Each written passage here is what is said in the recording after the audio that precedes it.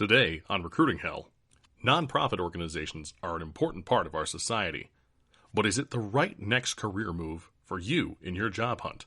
Today's guest, Jen Clearwater, explains why. The reason I say it might not be what you expect it to be is because I think you really need to understand, and this goes to, what you and I talked about yesterday about like who's the right person for nonprofits. You really have to take a moment to ask yourself, why do I want to do this?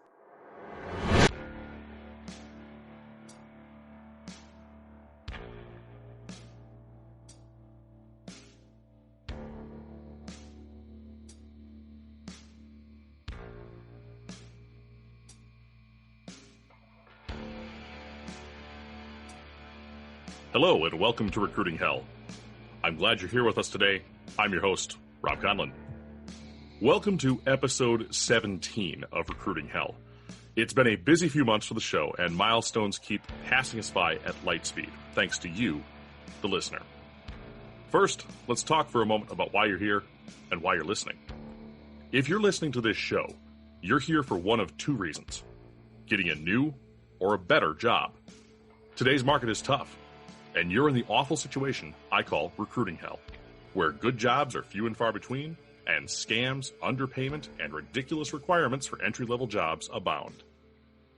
This show is about teaching you to avoid the pitfalls of the modern job hunt and help build you as a person to bring your interview and job hunting game to the next level. This show is here to motivate you to keep going in your search so that you can get out of recruiting hell. So whether you're on your 100th application, 50th rejection email, or second recruiter ghosting you this week, you are welcome at this table to learn new skills to help you win your job hunt. Next, a quick reminder, we have launched recruitinghell.com, recruiting-hell.com, where you can not only go to find the complete show archive, but also additional content for your job hunt, show notes, links to great places and people that make this show possible, and the ability to support this show and more. I wanted to launch a store because I really like t-shirts too, but those are kind of the last thing on the list right now. Finally, before we kick into our main content today here, I did receive word a few days before I actually recorded this that we have had a listener make it out of recruiting hell. A massive congratulations goes out to Thomas in Wisconsin for accepting a new position and creating one of the greatest testimonials I could ever ask for. Buddy, you made this whole endeavor worth it. Now, to bring you even more knowledge to get your job hunt powered up, it is my pleasure to welcome to the show Jen Clearwater, fundraiser extraordinaire and maker of the best bottled sangria in the known universe. Jen, welcome to the show, and how are you? Well, I am flattered, and thank you so much for having me. This podcast that you've created is really just a light and a gift to the world during some dark days. So I'm very honored to be asked to be here with you today, and thank you for doing this, and thank you for having me. Absolutely. Well, I sometimes titled you the best connected woman in Milwaukee because of your work with nonprofits, and that's what today's episode is about. And while you do make the best sangria in the world, Lovino is a fabulous product. You're not here to sell wine, and your background is a bit different than being a small business owner, and probably a little bit different than what some of our listeners are used to. Because in the past, you've worked with some of the biggest nonprofit organizations in the city of Milwaukee.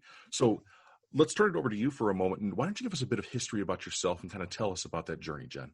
Yeah, thank you. So I never intended, nor did I realize that fundraising and nonprofit work could actually be a career. When I was a kid growing up and, the 80s and 90s when I was going to school, we were told that, you could be a doctor or a secretary or a teacher, and my dad actually wanted me to go to business school and law school and just be a corporate attorney and take accounting classes. And that all sounded woefully boring to me. So I had that Mad Men mentality, and I wanted to go into marketing and public relations. And that's how I started. So I went to school to be in marketing and PR, landed my first gig with a small up and coming, now very well-known marketing firm in Milwaukee, but they were only 5 years old at the time. So I got my first job with them, and they had a ton of nonprofit clients. And so I just, I was slugging away as a newbie in a nonprofit or a marketing firm.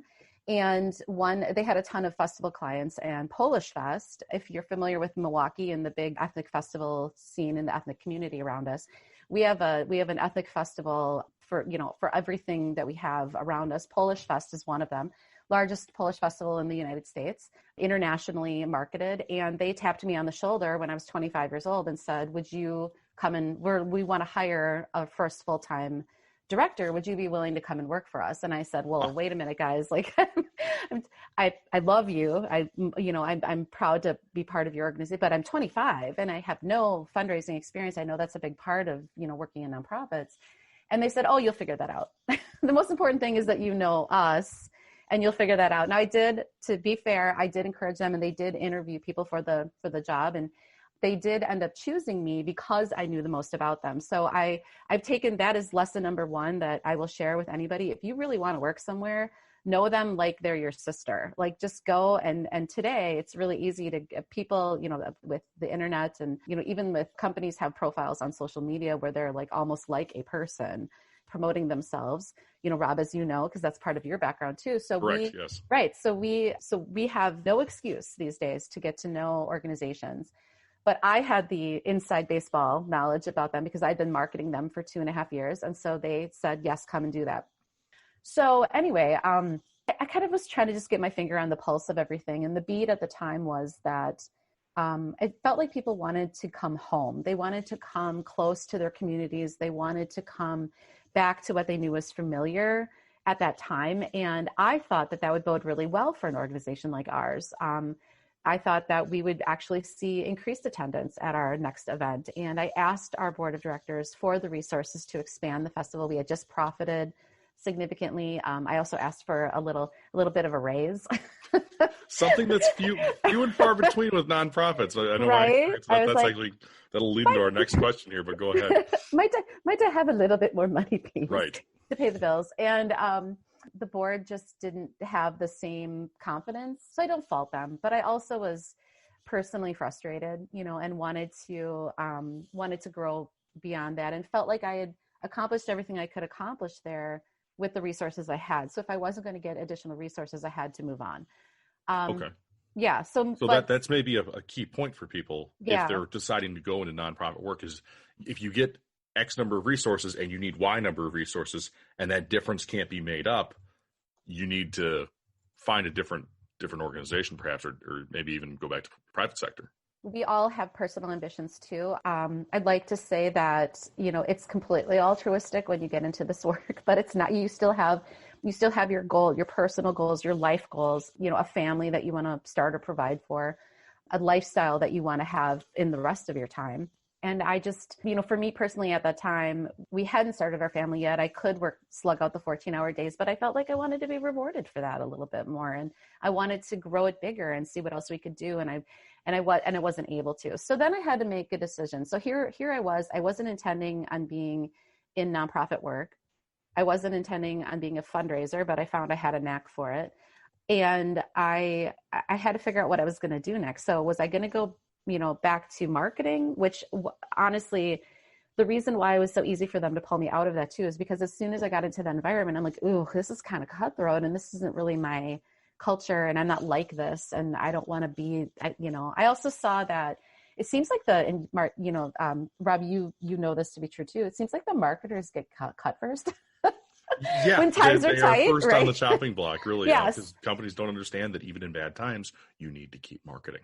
Well, and fundraising, which in this day and age isn't always the thing that's kept either, but we'll talk about that later. So anyway, I kind of saw the writing on the wall that this maybe wasn't the most stable of industries to be in. And maybe I did need to find a different, industry. So I actually, I was taking some time. I wasn't being pushed out the door. So I had that time. I knew I wanted to go. So I was talking to a lot of people, friends, what are you doing? Where are you working? And a friend of mine that I met through Polish Fest, one of our volunteers, was working for a company that was it was a for-profit company, but they were consulting to nonprofits. And it was based in Milwaukee, and they had international clients, worked mostly across the country, but had some international clients too.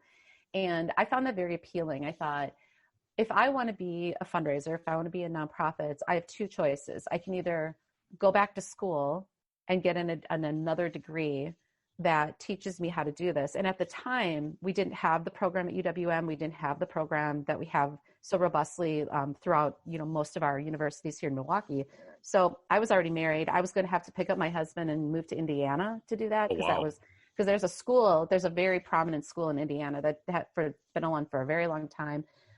Excellent resource. If you really want to go get a degree in this, I'd say look into that. I either have to pick up and move there and get a degree, or I could learn on the job and find a place where I could be taught how to do this by experts in the field. So my friend was working for this consulting firm, and I literally pursued a position. They didn't have a position, but I asked if she would make an introduction, to some hiring managers and whatnot. And I started talking to them.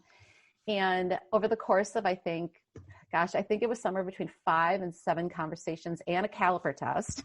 I had to take a caliper test too. Look it up. It's a company. It's like an IQ test, and it's like, it takes forever. It's like one of those like assessments. And, through all of that, they liked what they heard. I basically went to them with a proposition. So they're a consulting firm, and I'm in my 20s, and I have, barely a network yet.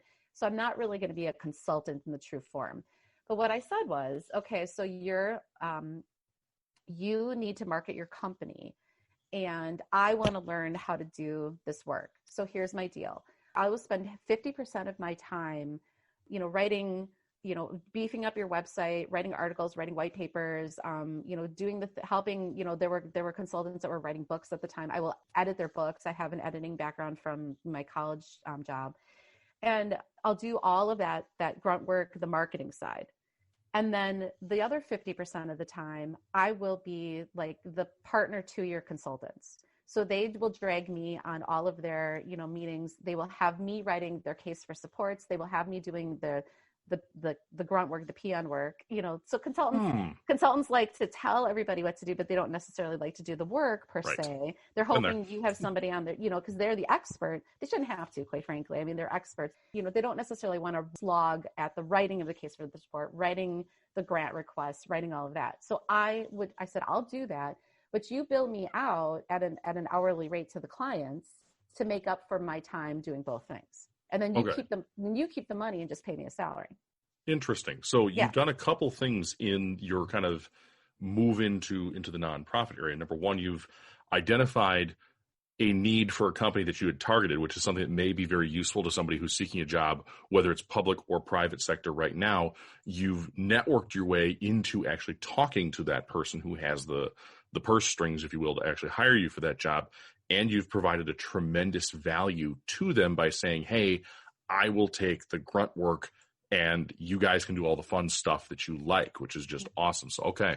Yeah. Interesting. So that's been a pretty wild story so far as far as, I mean, you didn't come with a degree. You didn't come with anything. So that what that tells me is that anybody can kind of make this transition. You don't necessarily need a special set of tools. They are out there, but you don't need them in this case.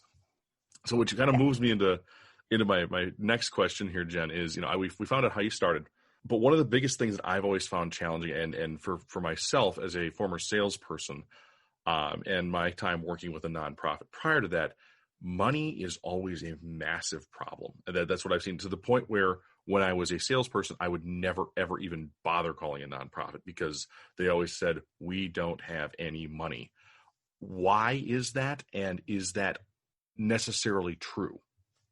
So let's start with the second question first, because it's always funny to me when people say there's no money in nonprofits, but then every 4 to 6 months in your Facebook feed, you get that meme that's like, don't support this organization because they pay their CEO 6 figures and so there is money right in nonprofits. There's a book, I actually grabbed it. If you could, Rob can see I'm in my office and I have my books, some of my books behind me on my desk, but one of my books is this one I wanted to show you. It's called Uncharitable. Ooh. And I totally recommend this. It's Dan Pallotta wrote this, and he's had a follow-up book since. But this is all basically making the case for the fact that there's money in nonprofits, but then it's like you get to that point where there's money in the nonprofit, and then everybody goes, well, you can't have any money in that nonprofit. So which is it? Which do you want? Do you want to have a fulfilling career in life that's actually funded to the point where you can truly make the difference and hire the incredible minded people that you need at the top to run your organization? Or do you want everything to operate like the School Sisters of the Poor on the street corner with, alms for the poor? Like you can't have it both ways. Right. So, okay. So yes, I would say that there is